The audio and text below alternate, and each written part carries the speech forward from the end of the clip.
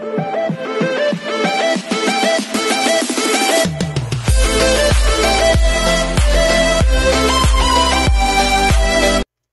everyone, this is KJ Vlogs, a Filipino actor based here in Saudi Arabia, and welcome back to my channel. For today's video, we will gonna do another reaction video. This is the Moonlight Dance Practice BTS version 2. Also, this is behind the scenes. So I won't take any longer. I'm really excited to watch this kasi ang kanilang dance practice, gusto ko lang makita kung ilang camera yung ginamit nila kasi bongga talaga ang kanilang, what you call this, yung transition, yung camera works nila. So, I just wanna see kung paano nila in-slay talaga yun. Kasi parang isang camera lang talaga yung gamit nila. No? Kasi, oo, alam ko yung camera works, pero wala akong transition nakita na, may transition akong nakita, pero parang isang camera lang talagang ginamit nila sa very subtle. Aminin nyo, pag nag-aasoka challenge, di ba, pansin mo talaga yung transition, mapapansin mo talaga na may cut, pero sa kanila, walang cut. Tapos yung transition nila, yung camera works nila, ang perfect lang, well executed talaga. So gusto ko talaga makita kung ilang camera yung ginamit nila for today's video. So I won't take any longer, let's all watch this. Okay.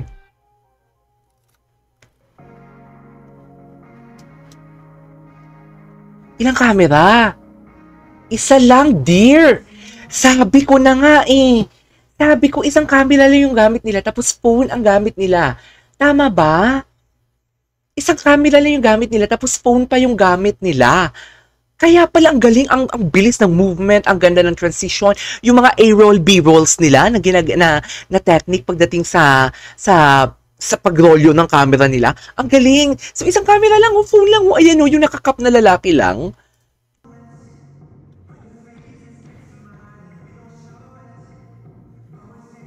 Isa lang, dear. Grabe, ang galing.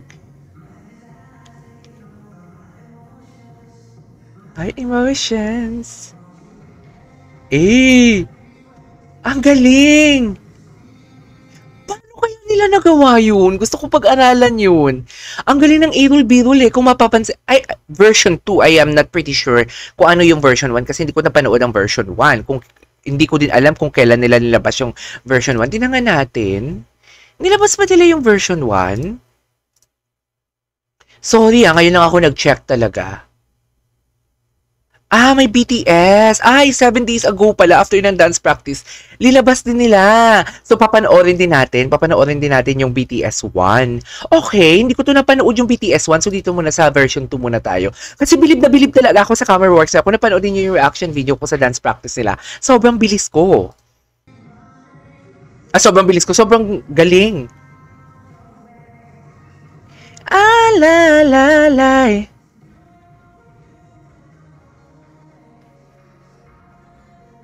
Dito natin makikita na this is not the typical dance choreography of SB19 kasi the usual talaga yung the pilantik, the musicality. Pero dito, mararamdaman mo yung the way sila pumadyak sa kanilang paa, parang mabigat. Parang mabigat ang execution nila. Parang nabibigitan sila sa katawan nila. Which is, gano'n naman talaga dapat yung ipapakita nila. But I really don't know what is the meaning. Doon sa Moonlight yung kanilang pagpadyak. Siguro meron yan sila behind.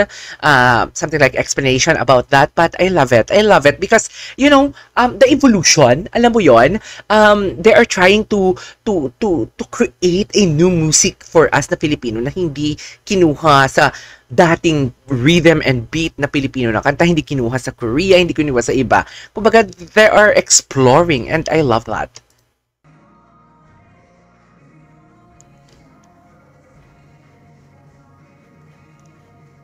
Halalay. Kaya mulay.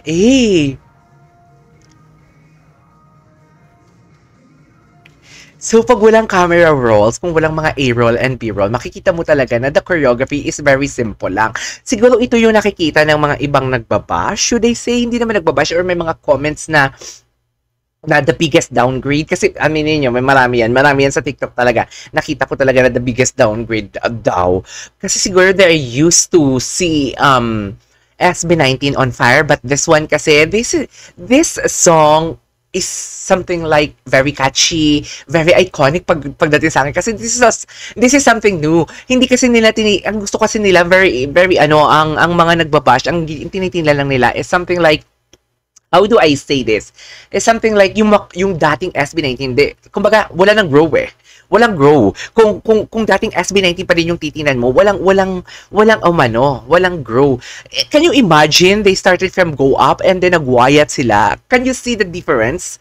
'Di ba? And now from wayat, watawa or from what and everything, they made this one. So, kumbaga, the evolution, di ba? The transition, ganun yun eh. Kasi kung paulit-ulit na same music yung mapapanood natin or whatnot, aminin ba natin, nagsasawa din talaga tayo. Di ba? Kaya they're creating new. Ha, la, la, la, here with you, with a moonlight.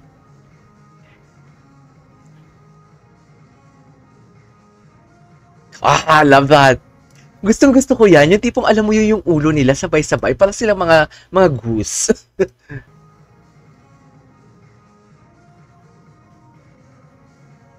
Bongga pala yung synchronization.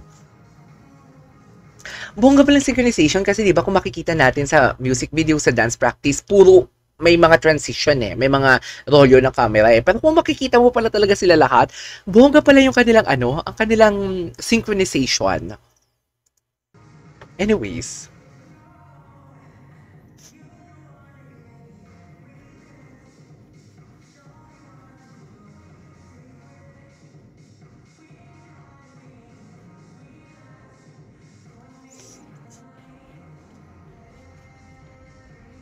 Okay.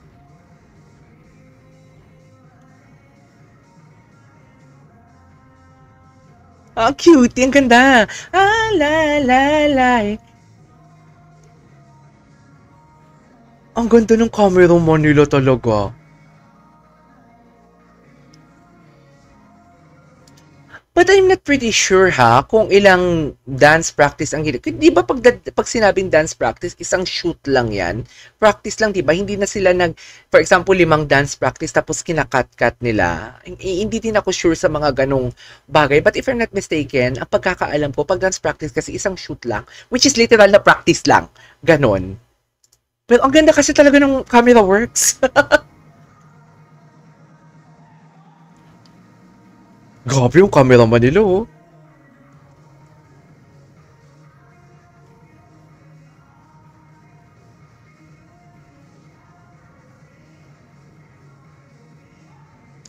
Ah, la, la, la. Stel, mapapansin mo talaga si Stel kasi aside sa maputi siya, tapos yung bulky na katawan niya, no? Makikilala mo talaga si Stel. Eh. Yes! Already done? Already done. Tapos na nga. Alright, there you go guys. That is our for today's video, which is the SB19 Moonlight Dance Practice BTS version 2. Papanoorin ko din yung version 1. This is KJP Vlogs and see you on my next vlog. Bye!